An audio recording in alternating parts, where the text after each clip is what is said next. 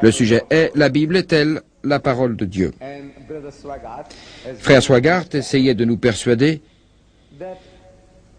qu'il n'existe pas de différence entre une copie et une traduction.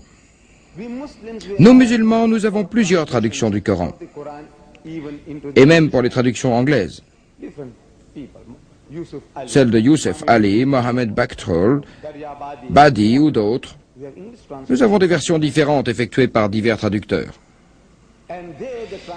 Mais traductions différentes, cela veut dire différence dans le choix des termes. Choix et sélection des termes, des mots qu'on traduit de l'arabe en anglais.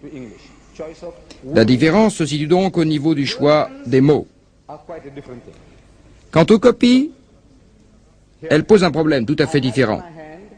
Regardez cette Bible que je tiens dans ma main. Le frère Swaggart et beaucoup de protestants ne reconnaissent pas quelle est la parole de Dieu. C'est la version de Dew Orins de la Bible, adoptée par l'Église catholique. Et cette Bible comporte 73 livres, soit 7 livres de plus que la version sur laquelle prête serment frère Swaggart. Je veux dire la version du roi James. Voici la version du roi James, sur laquelle prête serment frère Swaggart. Et dans le numéro de décembre 1985 de la revue Evangelist, édité par frère Swaggart, un lecteur lui demande si la Bible est la parole de Dieu.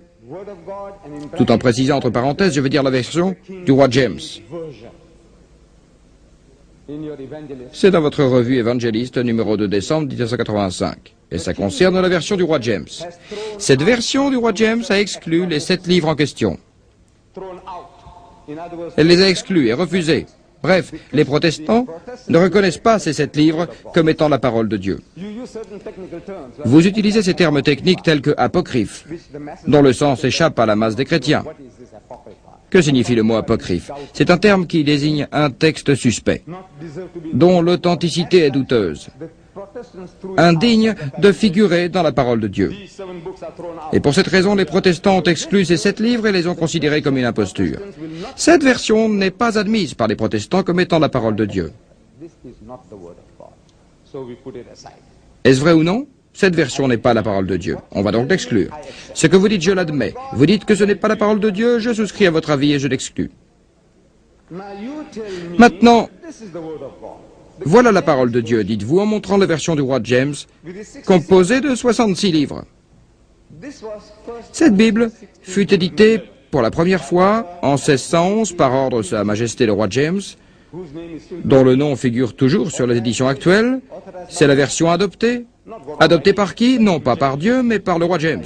C'est lui qui l'a adoptée, et non Dieu le Très-Haut. Venons-en maintenant aux anciens manuscrits. Les textes anciens sont ceux qui datent de 400 à 600 après Jésus-Christ. Et les plus anciens manuscrits consistent dans la traduction que nous voyons ici, ou le récit RSV, la version standard, revue et corrigée, qui remonte aux plus anciens manuscrits. Elle date de 200 à 300 ans après Jésus-Christ, et peut donc être considérée comme la plus proche du libellé original. Elle est plus proche de l'original authentique que tout autre document, c'est une chose logique et recevable. Et si elle avait été écrite au temps de Jésus, s'il l'avait lui-même signée, il n'y aurait jamais eu aucune controverse. Celle-ci date de 200 à 300 ans après Jésus-Christ et celle-là de 400 à 600 après Jésus-Christ. Et c'est pourquoi on a édité cette traduction. On l'a éditée dans votre pays, en Angleterre et au Canada. Et tous ces pays ont édité cette version en même temps. Et cette traduction a été chaleureusement accueillie et louée. Le journal édité par l'Église anglicane la considère comme la plus précise des versions du XXe siècle. Oui, celle-là, la version la plus précise. Le supplément littéraire du Times estime que c'est la traduction la plus précise et la plus exacte faite par d'éminents savants qui utilisèrent tous les moyens littéraires et scientifiques modernes. Life on Words, tout en soulignant ses grandes qualités, estime qu'elle est la traduction la plus moderne et la plus précise. Je répète, la plus moderne et la plus précise.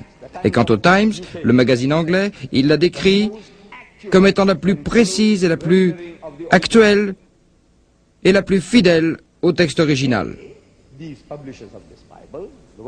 Ces éditeurs de la Bible, la première édition est parue en 1952, ont exprimé avec des termes très élogieux leur admiration pour la version du roi James. Naturellement, je ne serais pas digne d'accomplir mon devoir si je ne vous citais pas ces louanges. Le frère Swaggart est enthousiasmé par la version du roi James. Moi aussi. Et toutes les citations que je vais vous donner sont extraites de la version du roi James. J'aime sa langue. Mais maintenant, on s'est débarrassé de certains termes et expressions qui ne conviennent pas aux chrétiens de ce siècle. Par exemple, le texte qu'a cité frère Swaggart à la fin de son discours et qui raconte la conversion de Saül, persécuteur des premiers chrétiens. Saül en route pour Damas voit une apparition et entend Jésus qui l'interpelle en hébreu. Saül, Saül, pourquoi me persécutes-tu? Pourquoi te jettes-tu sur des pics? C'est cela le texte exact, comme on le trouve dans la version du roi James.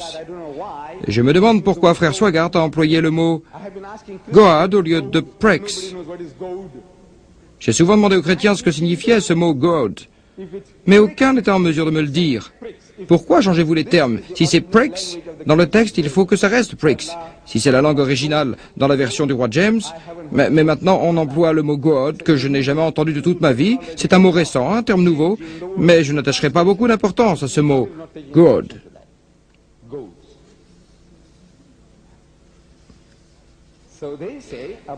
En ce qui concerne la version standard du roi James, elle a été revue et corrigée par 32 théologiens des plus éminents, et avec la collaboration de 50 autres spécialistes appartenant aux confessions chrétiennes. Et selon ces hommes, il a été convenu de considérer, pour des raisons valables, que la version du roi James était la plus importante ouvrage en prose dans la littérature anglaise. Et en 1881, ils ont exprimé leur admiration dans sa facilité, sa majesté, sa pureté, son style magnifique et rayonnant, ses tournures musicales et son rythme. Et cette version a exercé une influence sans précédent sur la formation de la personnalité individuelle et des institutions publiques dans les pays anglophones où l'on loue ses innombrables mérites et bienfaits. Les peuples anglophones, aux États-Unis, au Canada, en Angleterre, et beaucoup d'autres gens comme moi ont adopté l'anglais comme langue nationale. Je parle l'anglais mieux que toute autre langue, mais pas aussi bien que frère Swaggart. Et ce sont les circonstances qui ont fait de l'anglais ma langue nationale. Je rêve en anglais, je prête serment en anglais, et cela de l'avis des psychologues fait de l'anglais ma langue nationale.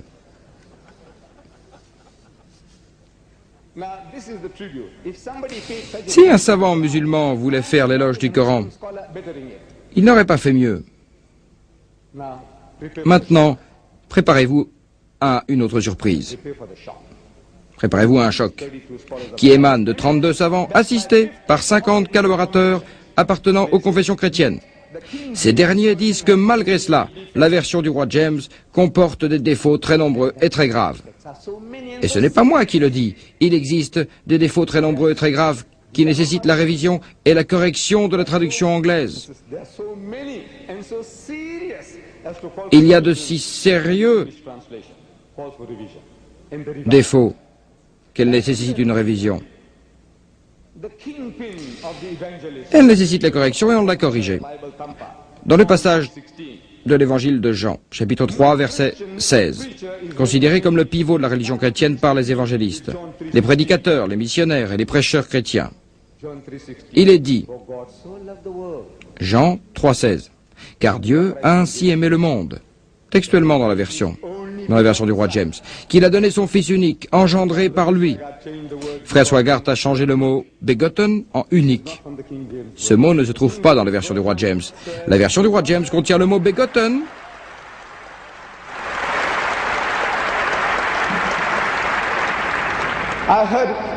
Vous avez vu frère Swaggart à la télévision, ou peut-être sur une cassette vidéo, ce matin même. Il s'adressait à un groupe de personnes qui devaient appartenir à son église, et il leur parlait, semble-t-il, de ce même sujet, ou d'un autre, et il a employé l'expression « engendré par Dieu ». C'était ce matin. Et 8 heures plus tard, il la change, cette expression, en unique.